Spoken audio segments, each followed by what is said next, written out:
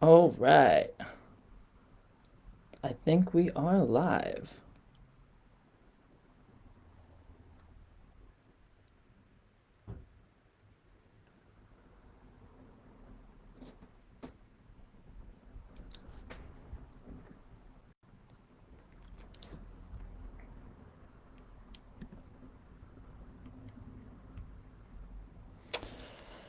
Okay, so little check. See if I'm existing in this virtual space. I really love portaling between dimensions, but like the virtual one is just, that's a tough one for me. Oh, sweet. Hey, everyone.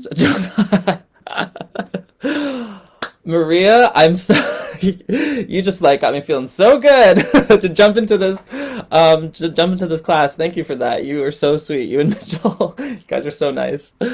Um, got me all flushed. I'm gonna be the color of my jacket. All right. Hey Garth. Hey Jane. Hey Maria. Hey Steven. Hey Ash. Hey Tony. Hey Irene. Hey Debbie. So pleased you're here. I am so pleased I am here. This is so exciting.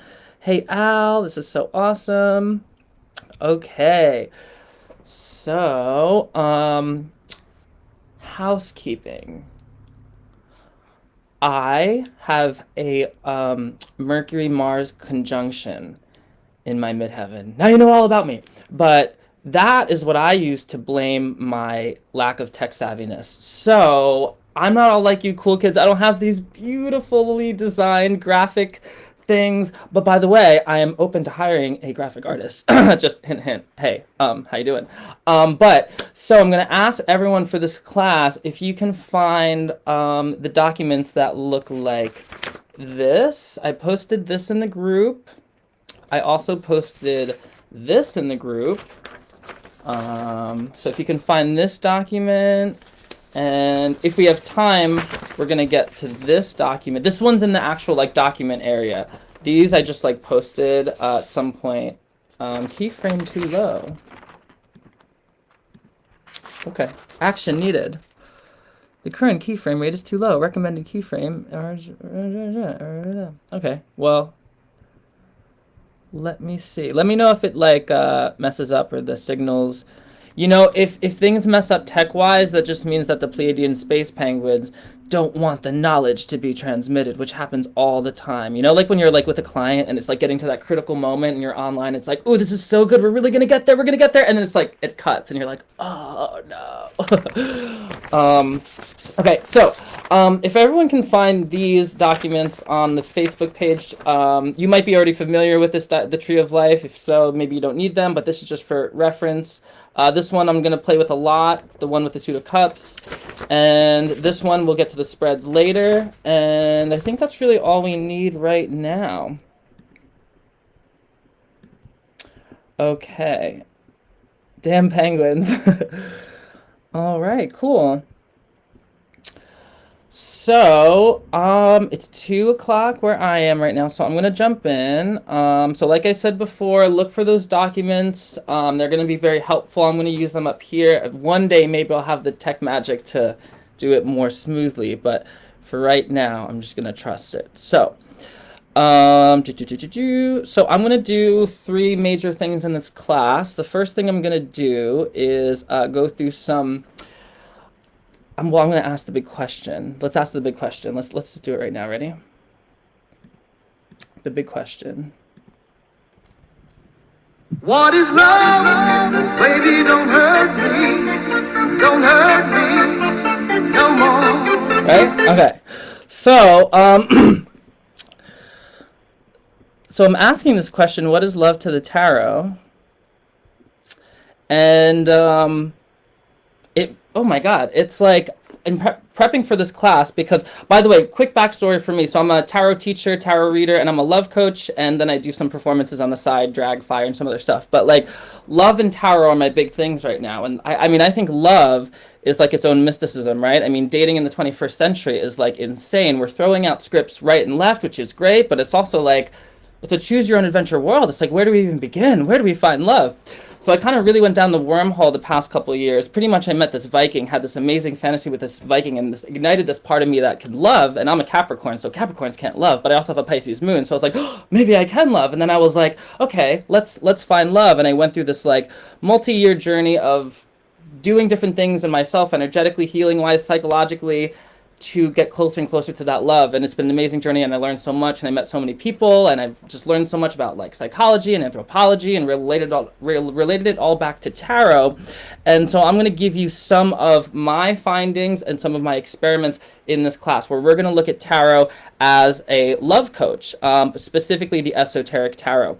So what we're going to do today is I'm going to go through love theoretically, and looking at the tarot kind of esoterically, looking at some Thoth cards, because Team Thoth represent! Anyone? Anyone? I don't know.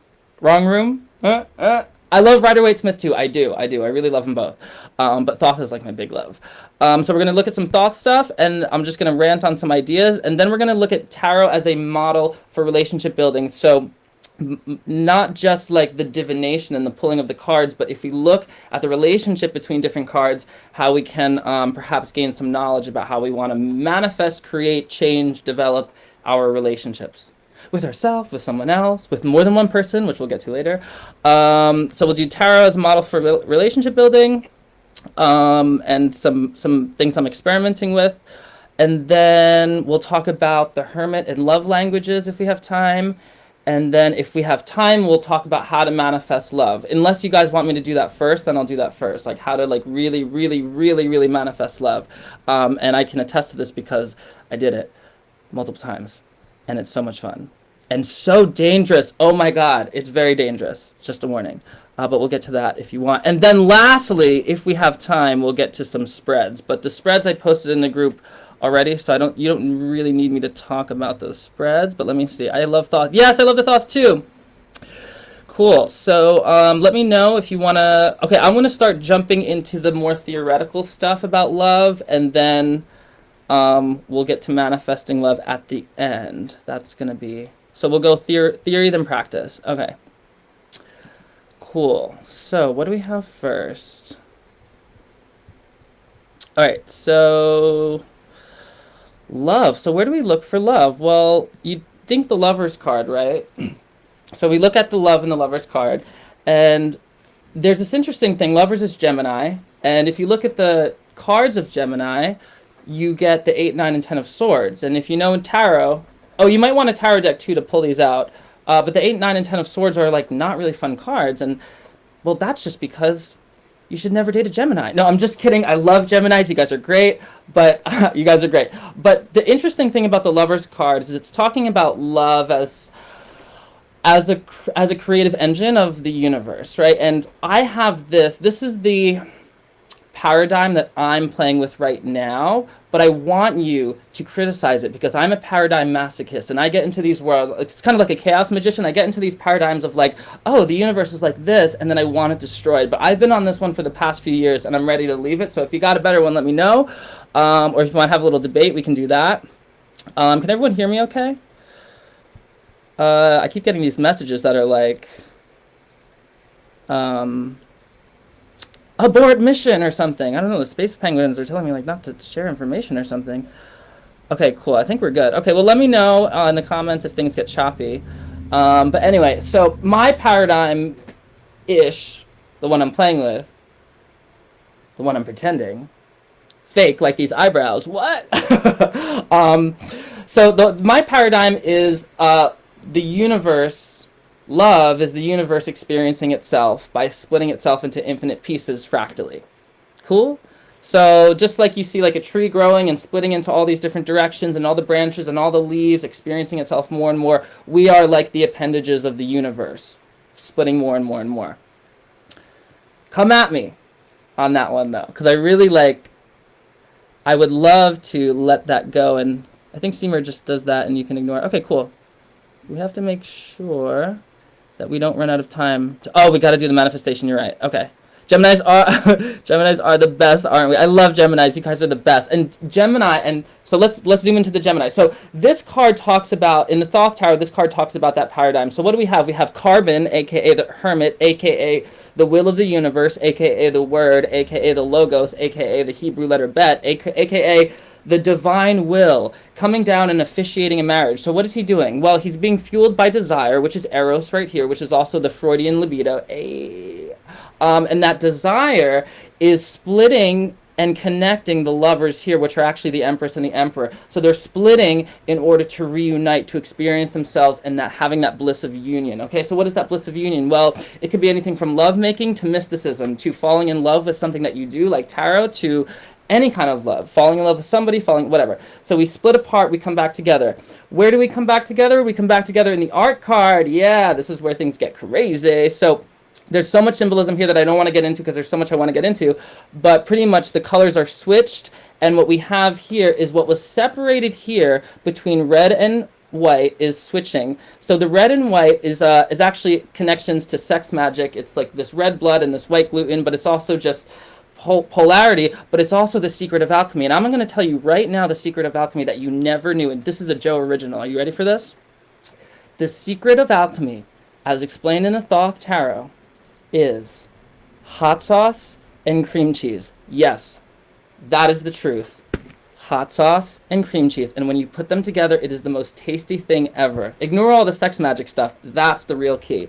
But anyway, so what's happening is the universe is splitting itself into different things, and then there's an opportunity for these different pieces to come together, to combine, to enjoy themselves separate, and then enjoy the bliss of the union happening in the art card. So this is the Salve, and this is the Coagula. You know the alchemical thing, Salve et Coagula. Separate, bring back together. It's like what we do in those Zoom meetings. I did that for the first time a couple weeks ago. I separated everyone out into breakout rooms. You know, I've always wanted to do it, and I'm finally teaching my class. Separated them out. Oh, I felt like a king. It was so cool. I could control everything. Brought them all back together, just like the universe, right? Big bang, everything separates, and everything comes back together in union. Okay. How are we doing on the connection?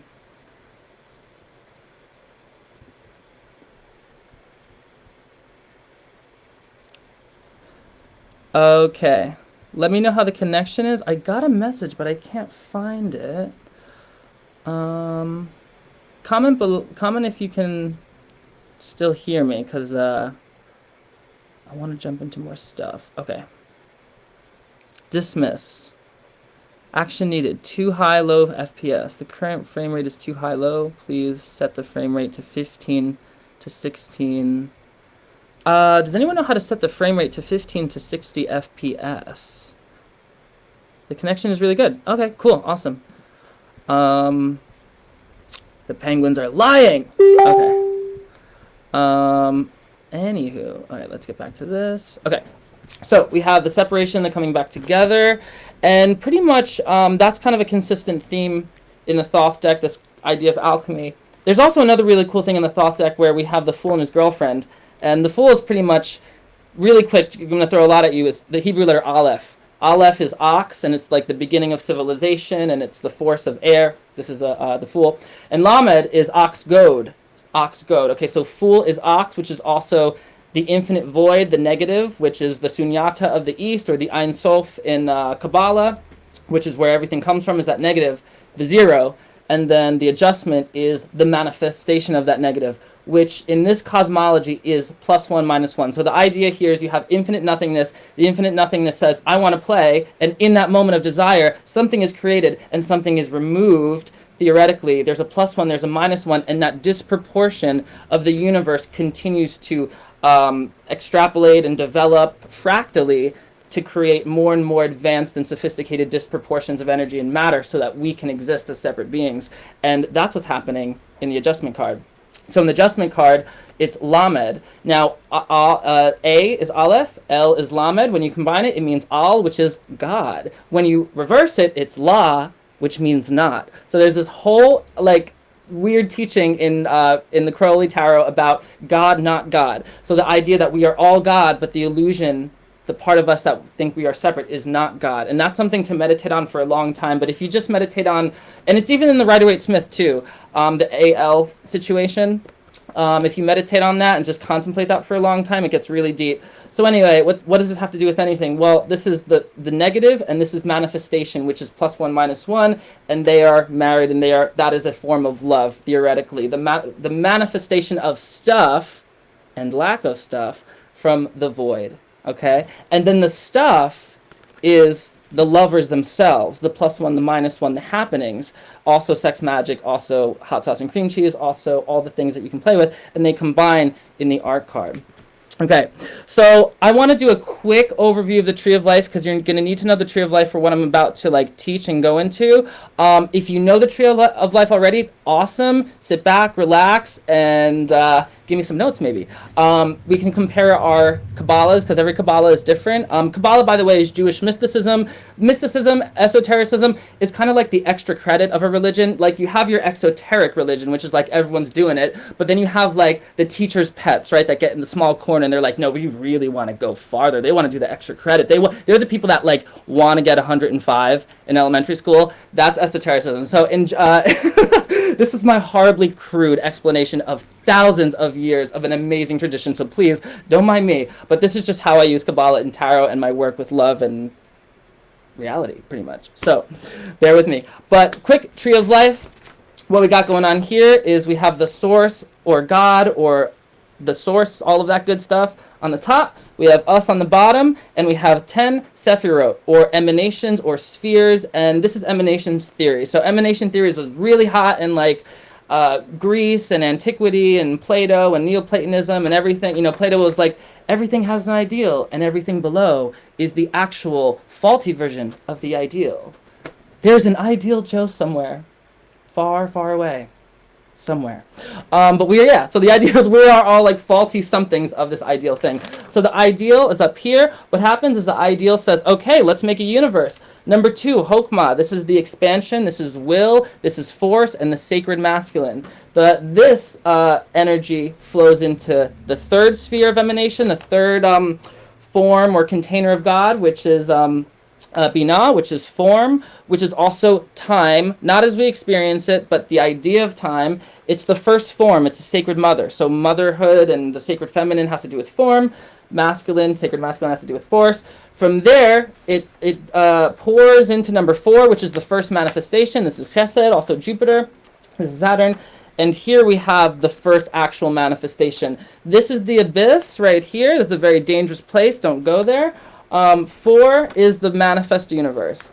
5 is motion, and also the manifest universe in change. It's called Geburah, and it means strength or severity. This one means mercy, by the way. From here, after we get things motion in the ocean, sun in the sky, now we can actually move around a bit. These two combine to create number 6, which is harmony, which was translated as beauty. It's Tiferet. And that's the sun, and that's the balance of both. This is Club Tiferet. Club Tiferet is where Jesus and Buddha hang out. I don't know if you've ever been there. It's real nice. It's the place of the ascended masters. It's the center of the tree. It's the heart of the tree. It's all the messengers from God. Okay, then we descend into 7, which is Netzach, which is our desires, our motility, the ability of the universe to continue.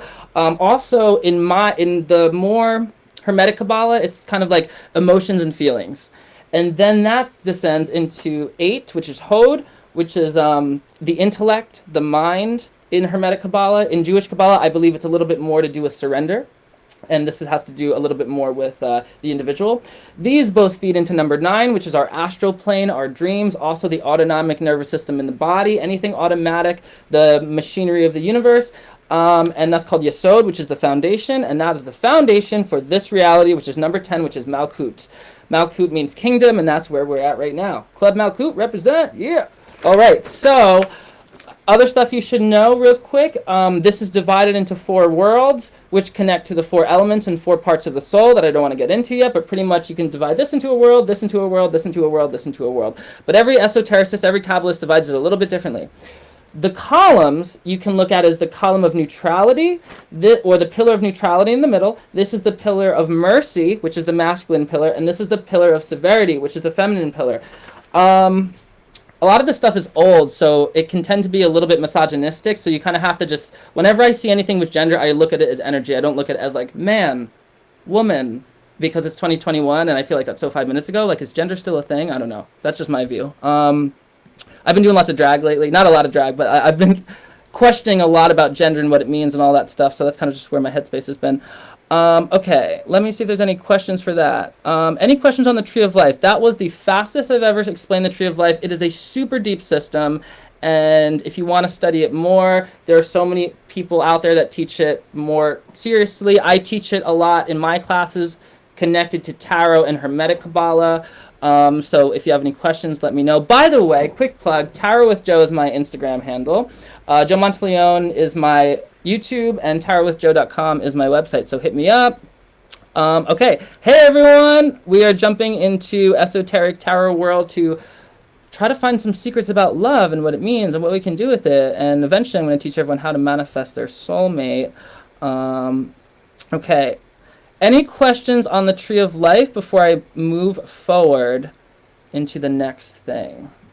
So what is the Tree of Life really? The Tree of Life, at its lowest mundane level, the Tree of Life is an amazing filing cabinet for information, for experiences, for consciousness, for your life, for any creative process. It's just a model, a really good one. Now, the map is not the territory, but it's a damn good map, and it's one of my favorite maps. In its more advanced use, it's like a mystical, like it is a path to enlightenment. Great explanation of the tree and very clear. Thank you, Steven. Woo! Awesome. Yeah, this stuff is wild. And a lot of the stuff you can't explain with words, like especially when you get like to the abyss and all up here, like it's like in the Ein Sof hour situation, like that's not something that like language really does a service to. So it's kind of like Zen. It's like Zen masters are like, there are no words. Okay. So how are we going to connect this to love? Well, so I'm asking that question, like, what is love? And I'm looking at the tree. And remember, the tree is fractal. So the idea is, what is a fractal? A fractal is like a form or a design that is built by the same forms or the same designs on a smaller scale. So look that up. It's very trippy. But pretty much, when we're looking at the tree, every sphere exists in some way in the sphere that is before it. So we're looking at love, for example. In love, I'm saying, like, I'm looking at the two, Hokmah, the will. It's also connected to the Logos and the Word of God, which is bird, but bird is the word. It's not bird, but it is bet. And that's a whole other thing. By the way, when people say bet, you know, in slang they say bet, they're actually saying word of God, because bet is the Hebrew letter connected to the word. Ooh, esoteric slang. This is not an esoteric slang class. I'm sorry, I just get into these tangents, I get excited. So let's look at Hokmah. So Hokmah is the will, the expansion. It's also the zodiac. So this is I desire to love. So I'm taking this Tree of Life and I'm using it as a model for love and how it exists on different scales. So this is I desire to love. 3, Binah is I can receive love. Can I receive love? Can I understand love? Because Binah is the feminine and has to do with form and understanding and receiving. Okay? Big daddy energy, big mommy energy. Then we go into the 4 and 5. So remember, this has to do with manifestation. This is also, I want to say catabolic processes, parts of the body that like bring things together. And this is metabolic processes, breaking things down. So in manifestation, 4 might be getting into a relationship, putting a title on it, putting a ring on it. And 5 might be breaking out of breakups, getting out of a relationship. And this is Jupiter, which is a big yes card, manifestation, everyone gets a trophy. And this is Mars, which is a no card. This is diet. This is too much ice cream, this is the diet. So this is getting out of a relationship. That's a rhythm, in and out of relationships, that's life, you know? And that rhythm exists in the rhythm of I will love, I desire love, I expand my love, and I receive love. I can receive it. Because like you can want love, but there's always some issues with receive. Not always, but a lot of people do have issues. Can I receive this? Which is why that's my first tool that I give my coaching clients is what can I receive here? Always in dating. That's huge because like we have so many filters energetically around people, around stuff. But anyway, so we have getting into relationship, getting out of relationship. That is a rhythm that exists within the rhythm of I give love, I receive love. Now within this rhythm, that combines to create this harmony of the self. The sun is the self. So there's a lot, that's like the work we can do of like, I believe we can get into relationships and out of relationships with grace and honor, and both are valid and both can be respected as parts of the journey, just as we come in and out of life with hopefully some grace, right? Maybe? I don't know.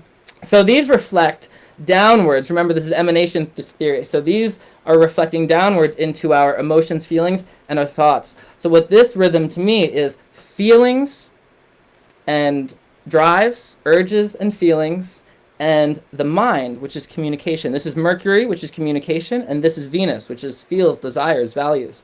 So within the rhythm of a relationship, there is feelings and communication, and feelings and communication. And if you've ever been in a relationship, you know that's a huge part of the deal. And if you've ever been in a polyamorous relationship, take that times a million. And we're going to get into polyamory hopefully if we have time. But that rhythm of I feel this, I communicate this. They hear that, they feel this, they communicate this. That rhythm exists in the rhythm of getting in and out of relationships, and exists in the rhythm of desiring to love and to receive love. So those two come down into the ninth, which is our subconscious, yesod, which to me is like this is the foundation. So the foundation of a good relationship is, I think, self-awareness, which is the 7. What do I feel? And communication, which is number 8. And that both creates the foundation, which is number 9, which manifests the kingdom. Number 9 can also be getting busy, because the 9 is connected to reproductive organs and sex and also a lot of stuff. So that can be the sexual component, can be in number 9. And then 10 could be like the manifested relationship. 10 can also be baby making, because the 10 jumps back to the 1, which is a whole new creative process. So baby making, you create a new life, and then that child that you create chooses to love, chooses to receive love, gets in relationships, gets out of relationships, feels things, communicates things, sex, and then more life. Whew, do you feel the fractal? Cool. Any questions on that? Okay.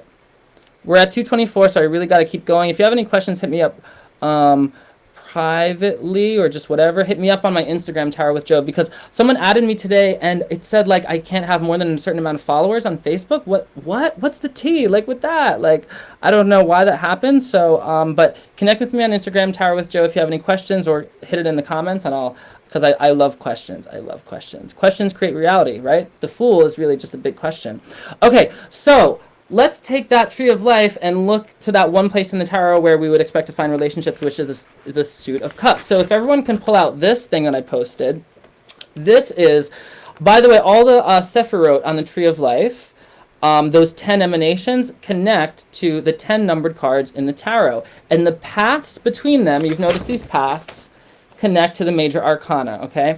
There's a whole lot of stuff here, but I'm pretty much going to focus on what this has to do with love, which is a very specific use of the Tree of Life. And trust me, like the Tree of Life is the whole universe, so there's many places you can go. But I would like, as I talk about this, for anyone to ask me a question about if you're going through a situation with a relationship that you want to change, or if you want to get into a relationship, or any intention that you have about love, dating, relationship, sex, any of that, let me know in the comments, and we're going to analyze it on the Tree of Life. So pretty much the way I'm using this, and I don't know if this has been done before, maybe it's been done before, but this is just how I've been playing with it experimentally in my mind. There's a lot of experimental stuff, by the way. And kind of using some of these ideas in my own life and seeing how it reflects other modalities that I use and theories and stuff with relationships. So let me just see what else we got here before I move forward.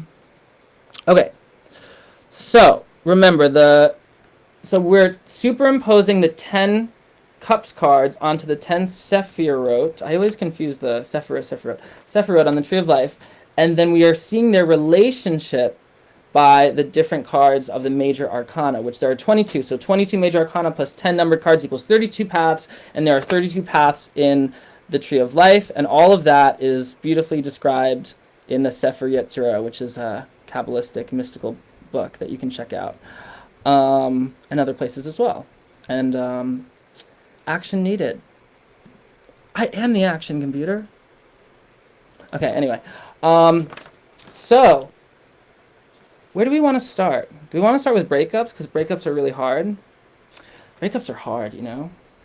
So let's start with breakups. So we look at the Five of Cups, and you say that, oh, okay, I'm in the Five of Cups right now. I don't want to feel this way. Just broke up with a partner. Well, how do you move on? Well, that Eight of Cups down there looks like it's moving on, right? So that Eight of Cups in Hod, in the eighth Sephirot, is where we want to be. So how do we get there? Well, we go through the path of the Hanged Man. And what is the path of the Hanged Man but surrender, initiation, new perspectives, and there's so much about the Hanged Man. It's connected to stable intelligence. It's connected to the Hebrew letter Mem, and Mem is water and the sea and reflection, so that could be self-reflection. It could be major surrenders, especially surrender of the mind. I mean, the Hanged Man has like so much mystical stuff. It's connected to he's actually the baby of the Empress. And there's a lot of numerology. 12, 2 plus 1 is 3, the Empress, but when we reverse it, it's 21 because he's also at the end of the tarot, and the World card has a lot of reflection of the Hanged Man. But anyway, so you go through the path of the Hanged Man, so you meditate on the Hanged Man every night. How can I surrender? How can I find this new perspective? How can I embody the Hanged Man? You read up about the Hanged Man and water, and also maybe Neptune, because Neptune's also connected with it. So let's say you broke up with someone, you're in the Five of Cups, which is the Lord of Sorrow, right? You're like, oh my God, I miss them. And you want to start dating again. Well, for me, dating is actually the Six of Cups. I know the Rider-Waite-Smith is like connected to children or whatever, but the dating, because, I mean, it's Scorpio. Scorpio's sexy. Like, Scorpio, the 6 and the 9 and the 10 of Cups are very interesting. To me, the 6 of Cups is like the beginning, the commencement of a wish. I desire something. I'm ready. The 9 of Cups is getting that wish, the wish card, and the 10 of Cups is the time after you get the wish. So the 6 of Cups is, ooh, I have a donut. Which is actually better than the 9 of Cups. The 9 of Cups is that first bite, but the moment before the first bite is almost like even better than the bite itself, you know what I mean? And then by the end, by the last pieces of the donut, you're just like, why did I do this? Oh my God. So 6 of Cups is like the beginning of the wish. So that to me is like dating. That's one of my meanings for it. So how do you get into dating? Well, you go through the Adjustment card or the Justice card right here. And what does justice do? Justice is karma. Justice is an editing force. Justice weighs and balances. Justice is, remember, Lamet, the ox goad. You goad your energy in a different direction. And that's one of the secrets about dating. Everything that you need to know about your next partner exists in the partner that you had before. And everything that you liked about your last partner is also connected to you energetically. And everything you didn't like about your last partner is also connected to you energetically. So when you arrive at that awareness, which is like really weird sometimes, and sometimes takes a lot of self-reflection because it can hide, those qualities can hide how you're like and unlike your past partners as you change and develop, you are actually doing the adjustment. You are doing the Justice card. You are looking at yourself and weighing things and shifting your priorities and shifting the energies and finding out what's true, and you're finding the action and the reaction. In some ways the quantum universe, in some ways the Newtonian universe, however you want to look at it, but you're seeing why what showed up and how you attracted that, and then you shift the energy. And that's what the Adjustment card is all about. And that's why it connects number 5, which is our editing part of the Tree of Life, into number 6, which is our harmony. So then you go out into dating again and everything's good. Let's say you're too comfortable in a relationship. It's like kind of getting boring. You want that spark back. Well, there's a couple things you could do. I'm looking at the 4 of Cups right here, which is called the Lord of Blended Pleasure, or the Lord of Luxury. So 4 is like you're chilling, like things are good, but it's like, I don't know. Is this really it? Is this really everything I want? Well, you can take the Wheel of Fortune down to the 7 of Cups, which is the Lord of Debauchery, and get crazy. I mean, mentally or physically or however. I mean, that's a Scorpio card. It's wild. I love Scorpios, if you can tell. Jupiter is the Wheel of Fortune, so, well, how do you get from this boring 4 of Cups to this exciting, or I wonder what's going to happen, desire nature of the Scorpio 7 of Cups? Well, you take it through the path of Jupiter, through the path of the Wheel of Fortune, which is has to do with ups and downs and roller coasters, and then within that, there's the truth of, can you have the good without the bad? Can you experience one thing without experiencing the lack of it, right? Because stuff is only really good. It's only really good when there's periods when you don't have it, right? And that brings me to, I'm gonna portal this idea into another thing, which are the attachment styles. So let me just check the comments before I go into, but do you guys get the idea? How interesting this explanation. Oh, what a cool way to look at it. Yay, thank you guys. So, well, let's before I go into attachment styles and stuff, I want to do a couple more things here, a couple of little more things that I've like to play with. So let's say I'm in the Ace of Cups. I'm saying I'm ready to love. Who out there is single and ready to love, ready to find love? ready to change their dating life, whatever, this is for you. So how do you find love? How do you get to the two of cups? Well, you go through the path of the fool. And sometimes you just have to be the fool. You just have to make a fool of yourself. Complete trust, right? So the fool is, I believe it's, what's it called? Like scintillating intelligence is connected to the fool. And it's just complete jumping into, you have to take the jump. You just got to take the jump, that's number one. And let's say you have this Two of Cups relationship, and you want to, maybe you want to meet their family. I don't know. You can take the path of the Empress, meet their friends and family in the Three of Cups, or understand them more. This is the sphere of understanding. You take the path of the Empress, which is luminous intelligence, which is Venus, which is desire. But I mean, Empress is the cosmic doorway of everything. The secret of the Empress is she allows everything, she judges nothing. She's the whole prism of the tarot. Everything is in the Empress, at least going into manifestation. So you go through the path of the Empress, which is love and Venus and nurturing. Okay, what's an interesting one? This is a fun one I found. So let's say you broke up, you're in Five of Cups, but you want to get back into the relationship. Well, there's no path back into the relationship, right? You're in Five of Cups world. You can't just go back to the Two of Cups. You can only go if you go up this way through the Chariot card to the Three of Cups. You gain understanding, which is number 3. 3 is the sphere of understanding. Through the Chariot, which is yourself, your boundaries, your being in alignment with yourself, having your wheels aligned in one direction so you can actually go somewhere. And then you go through the Empress, which is love, back to that Two of Cups. Or you can go this way. You can go through the Strength card, and this Five of Cups energy is like upset. There's this yucky feeling. You transmute that energy through the Strength card, which is harnessing your passion, harnessing your desires, harnessing your instincts, and you arrive in a more comfortable place in the Four of Cups. And then you go through the Chariot, through the Hierophant, which is, it could be teachings, but it's tradition. You can go through some tradition or script, or be like, let's put a label on it. Labels are in the world of the Chariot, and you find that relationship again in the Two of Cups. Cool. Does that all make sense to everyone? They're an X for a reason. Yeah, how interesting. Okay, yeah, totally. They are an X for a reason. Definitely. And I always think it's good to honor your exes because, oh my God, my exes made me who I am today. I love them so much. Really threw me. But really, those, there's never really a failed relationship. There's just learning, right? And like I said before, through the Justice card, we take what we like in our life, we see how it's mirrored in those relationships, we keep that, and we shift what we didn't like in those relationships personally in our own life, so we attract something new.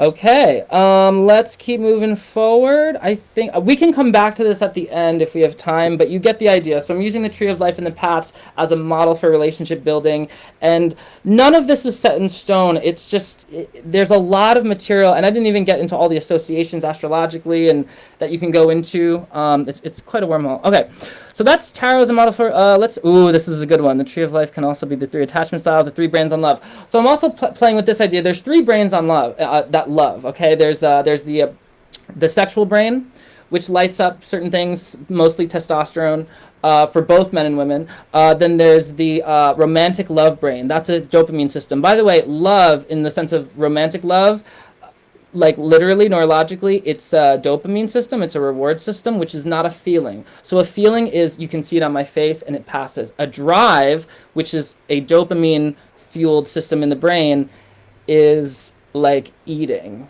You have to eat. So that's why when people fall in love, they go crazy. Because it's not like, I feel this. It's like, I need this. And everything in their brain is saying, go to that person that you love. It's dopamine. It's wild.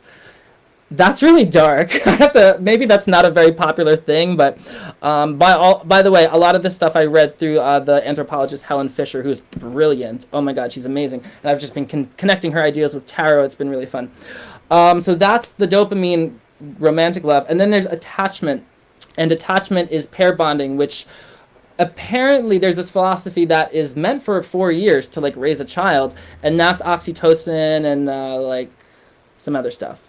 But I'm kind of looking on the tree and thinking, I wonder where these things could be. And I'm wondering if, maybe the desire nature in sphere 7 could be like the dopamine system, and then maybe in sphere 8 this could be like I don't know. I haven't decided yet, but I feel like one pillar is dopamine, one pillar might be romantic love, one pillar might be the sexual aspect, and then one pillar might be the pair bonding, the attachment system. So, but just know that there are 3 attachment systems in the brain, and they could correlate with the 3 gunas in Indian philosophy, which you see on the Wheel of Fortune. So, in the Wheel of Fortune, we have 3 alchemical properties. We have Rajas, which is this activating force. We have Tamas, which is this inertia, slowing down force, water and earth. Sulfur, Rajas is fire, and then Sattvas, which is the area in between.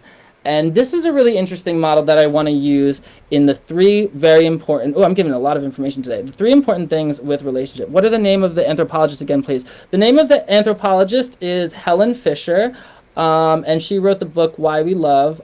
It's like so good. It explained a lot of things for me. And I like how she goes into. She has like experiments that she's done, and she talks about it. And the brain's wild. It's like, yeah, love is an addiction. Oh my god, it literally is. It's a reward system. Cat's out of the bag. We figured out love. No, just kidding. Okay, so I want to go into another topic before we go into how to manifest love, and that is security versus desire. So I work with a lot of people on finding love, keeping love, changing love. And one thing I always notice is this pattern. It's the zigzag, the cosmic zigzag, which is actually on the Tree of Life, by the way. There's the way that it zigzags going downwards. Well, just like the Tree of Life, which is creation happening between 2 poles, activity and receptivity, or force and form. The way people date, not everyone, I'm not saying you, but a lot of people, the way people date is they find someone that's super hot, and it's like, so the chemistry is wild and it's insane, and it burns the house down boots, and then it's done, and then it's just this destructive, you can't build a house on it. It's like there's no future with this person. And then they find someone and they're like, I don't want that again. So then they find someone and things are safe and things are good, and you can build a huge future with them. And they're too safe, and they're boring, and they're boring, and they're boring, and then the person's like, I can't do this. And then they go back to fiery hot, and then they go to watery boring. It's a very common. I've done it myself so many times, had a great time in both directions.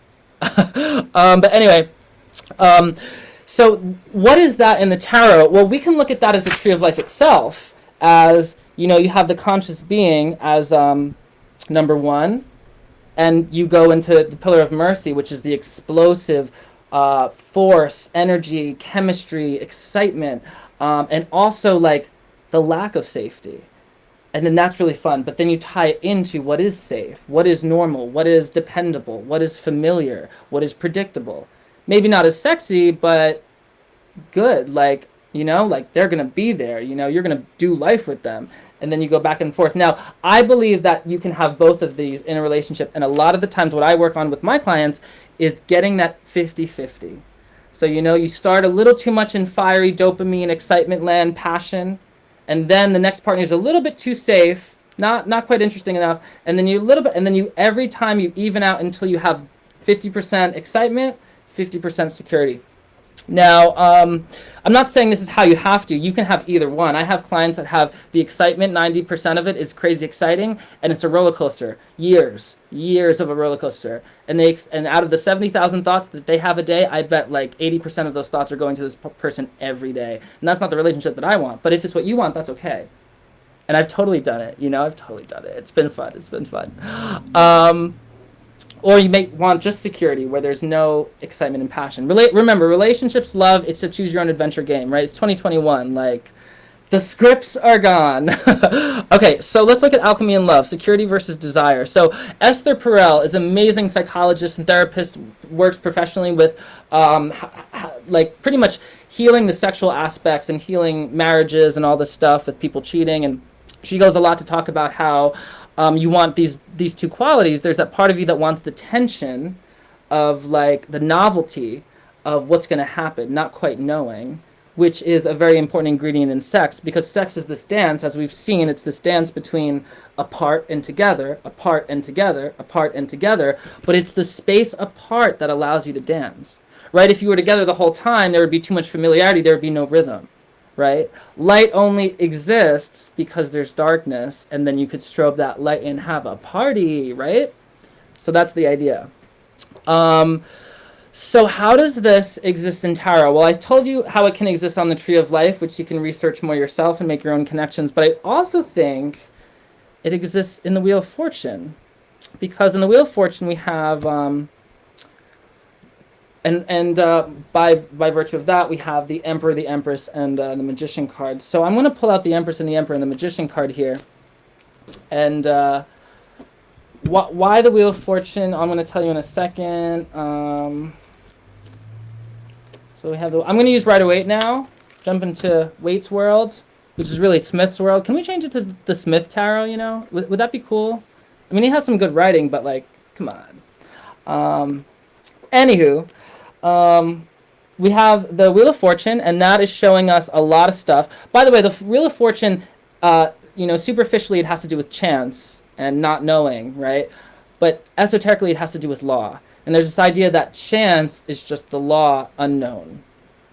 I don't know, maybe.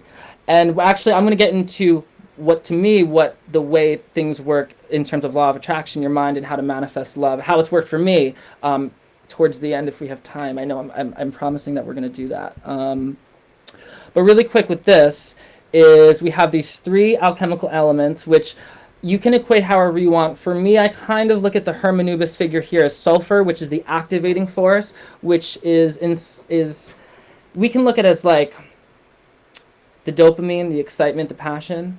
And then we have this descending force, which is Typhon, the snake, which we can look at as Tamas, or Salt, which is this like chill energy, Netflix and chill, like inertia, slowing down, a little more security. And then we can look at the top Sattvas, the Mercury maybe here, or the Mercury might be here. The point is you have to attribute them yourself, because there's a couple like shifts. Like this also suggests Mercury with this color, and this suggests sulfur, but pretty much you have these 3 entities revolving around. And if you want more information on that, read the Bhagavad Gita. But that goes into it a little bit more mystically. I'm kind of using it in a more like haphazard, bootlegged way, which I like to do. It's vagabond esotericism at its finest, right? Okay, so what I'm thinking about is we have these 3 elements, right? We have the Emperor, which might be sulfur, but to me, I'm going to use the Emperor as like that secure place, right? And then we have the Empress, and I'm going to use her. I'm actually switching them right now. I'm going to have the Empress as the desire nature and the exciting and the passion, because I want to honor her connection to Venus. And I'm going to use the Emperor as the security, the familiarity, because, you know, he's a square, like 4, you know. I mean, he's also really hot, you know, he's like number 4, daddy, hey, but he's, you know, he's a square. So I'm going to have, this is the security, familiarity, and I'm going to attribute this to that element of relationship. I'm going to attribute this, the Venus, to the desire nature, the passion, the excitement, the possibility, right? But also the not knowing, the unknown. This is the known. And then I'm going to attribute the Magus, or the magician, to the contribution. And these are the 3 things I tell my clients that are important-ish, and use this as a guide. Remember, relationships are things you create, but this is just as a guide to a really good relationship. So you have the exciting desire nature, and we can look at the desire nature through the Venus cards of the tarot. I'm not going to pull them out because it's going to take too long, but what do we have in the Venus world? Well, we have the 2 of Cups. That's pretty obvious, the Lord of Love. That's Venus in Cancer. We have the Venus in Scorpio and the 7 of Cups. That's like maybe too much dopamine, too much excitement, too much what if, what's going to happen? Oh my God, looking at all the cups in there.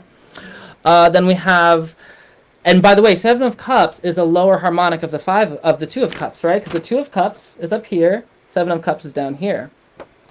Starting to see the pattern? Okay, so we got 7 of Cups, which is this like very excited nature. Then we have the 5 of Swords, which is the Lord of Defeat. This is interesting. So what happens when Venus and Aquarius get together in the 5 of Swords? We have Lord of Defeat. That one's always stumped me a little bit. But my interpretation of it right now is contextual reality and swipe culture. So when we have the Venus, which is that desire nature, I want novelty, I want newness, I want new partner. What's going to happen? Ooh, this sex is really fun. First time. Second time's all right too. Third time I'm good. No, but you know, like that excitement. Venus is desiring and love and connection. So when we have that in the 5 of Swords, dating in the 5 of Swords, it's contextual reality. Contextual reality is, how do I win? How do I avoid losing? how do I fit, and how do I benefit from this connection, which is not where you want to be in dating, right? So in Five of Swords, it's swipe culture. It's like, I'll take you, I won't take you. I'll take you, I won't take you. It's pride. It's about you, but your ego, as opposed to about you and what's actually true for you. It's also Five of Swords. Swords is society, what society thinks, what society values. Other Venus cards, Nine of Pentacles or Nine of Discs, which is Venus in Virgo, which is I don't need no man card, independent woman. So we have the Venus in, where is she? It's like reversed on the screen, so I keep doing the opposite thing.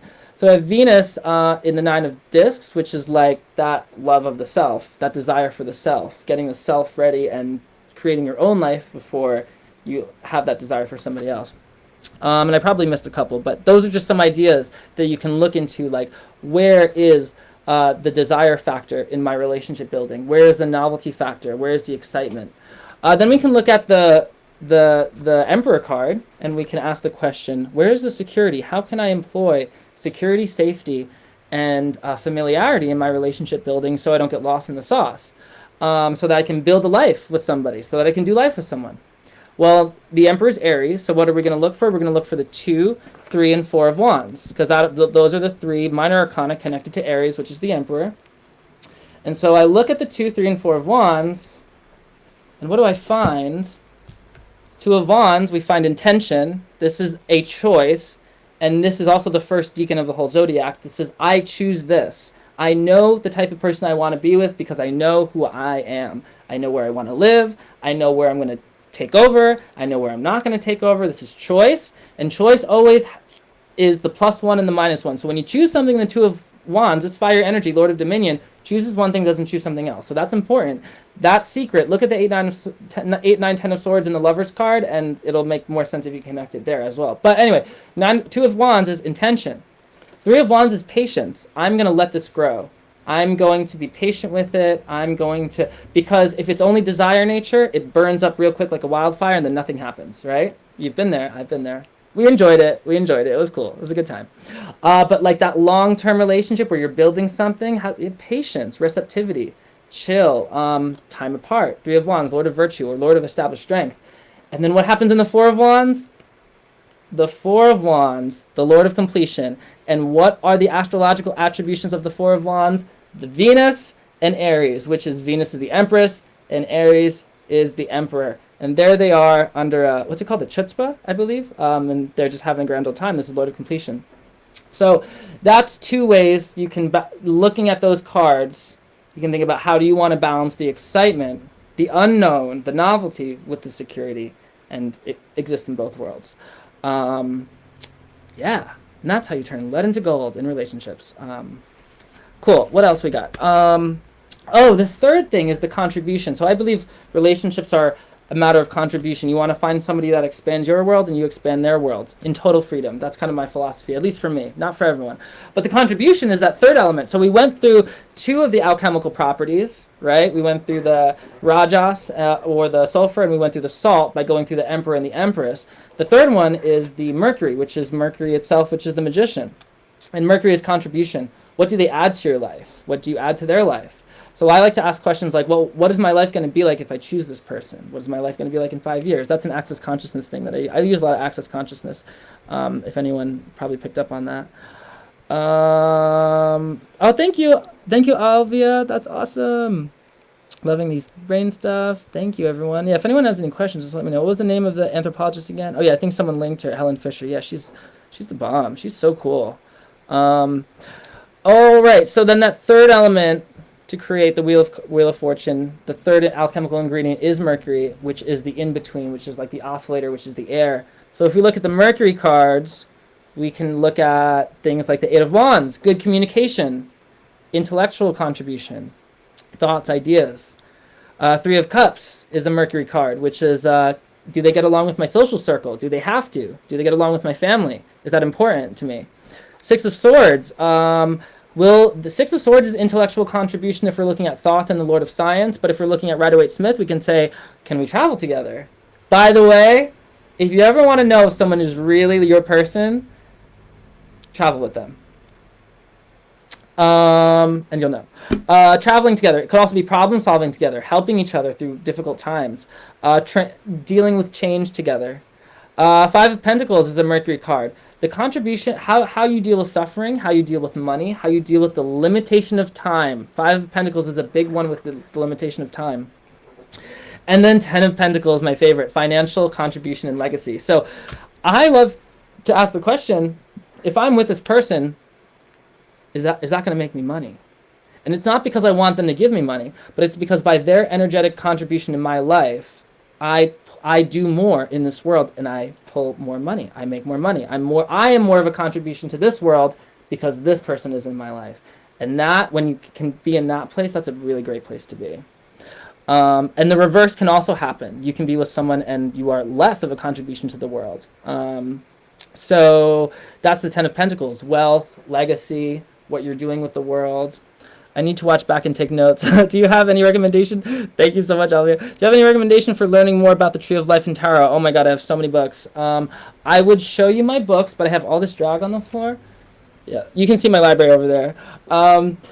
So for Hermetic Kabbalah, the book that really got me, I'm going to answer in the comments afterwards because I want to keep moving forward to manifesting love, but I'm going to if I don't answer you, message me, and I'm going to give you some recommended books, but there are so many books. So many books. My personal favorite is Book of Thoth by Crowley, or anything by Crowley, because I'm a holy Crowley nerd, but, Crowley's not for everyone, and there's many other sources as well. But yeah, well, I'll give you a bunch of books. Okay, so manifesting love, and then maybe we'll get into love languages, and maybe we'll get into spread. So, okay, is everyone ready to do the manifesting love? Okay, so, yes, me too. Oh, yay! Yeah, it's a lot. I really want to get through a lot today, just because love is like, that's just like one of my biggest interests, and like love and esotericism, you throw them together, it's like, but really, like, love, dating and stuff, like, those are some real systems, like the attachment system, the sexual system in the brain, the system of romantic love, like, we can be on the top of the world and the bottom of the world in some cases, if you're crazy like me, and like I'm like looking to turn dating from lead into gold, because there's a lot of lead dating out there, and I feel like dating can be gold, really. Okay, speaking of, how do we do that? So the secret to, one of the secrets, my secret that I have found for me, to manifesting love that you want, is to write down everything you want. You've probably heard this before. It's nothing new. But really, like, this stuff works. It's worked for me. It's worked for clients. You write down everything you want in a partner, and, like, everything. And after you do that, go through it and recognize how much of it is bullshit. Really, like, go through it and say, do I really want this? Do I really want this? Oh, your enthusiasm has been captivating and made me want to learn more. Oh, thanks so much, Jane. Everyone, by the way, if you want to connect with me, tarotwithjoe.com, or my Instagram, tarotwithjoe. You can also add me, but I have to delete I'm going to delete some friends so that I can add more, be friends with people in this group. That would be awesome. But anyway, so manifesting love is you write down your ideal partner, you look through it and really see how much of that is not true for you, how much you don't really want, and really get connected with, what do I want in a partner?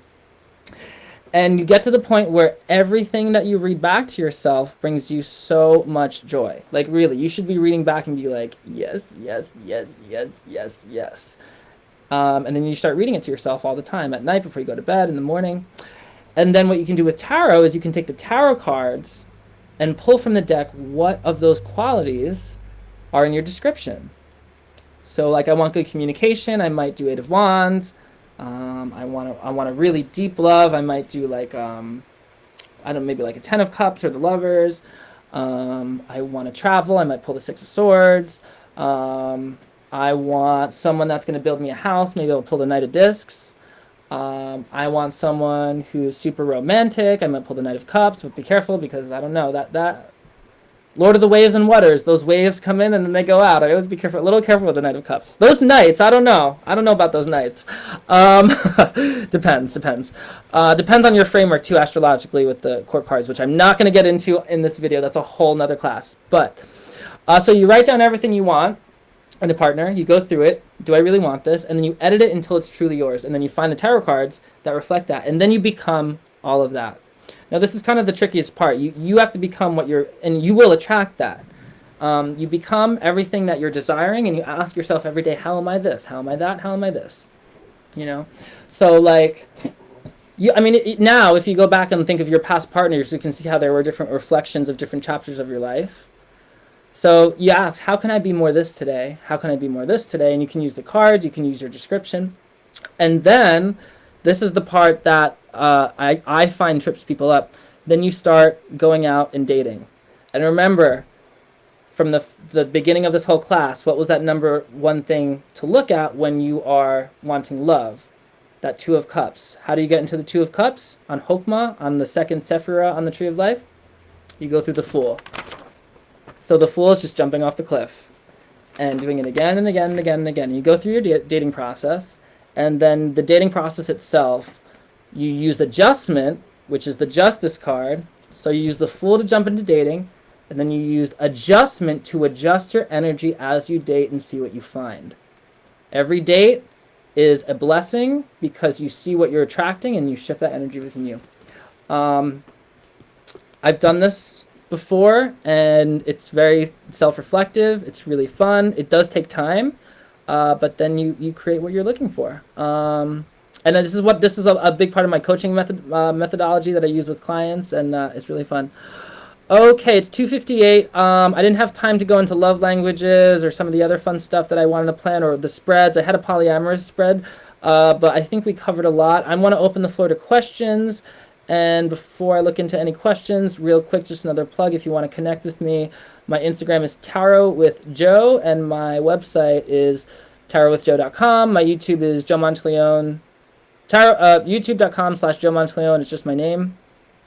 And I do teach a lot. Actually, what I just brought to the table now is going to become like a whole class, like manifesting love with tarot, but like we're going to go more deeply into it, more into Kabbalah, astrology, all the like nuts and bolts of the esoteric tarot, but also applying it to methods that work. So it's going to be fun because I just love connecting things. You know, I love that art card, that temperance, like mix it, like DJing different like modalities from coaching to tarot.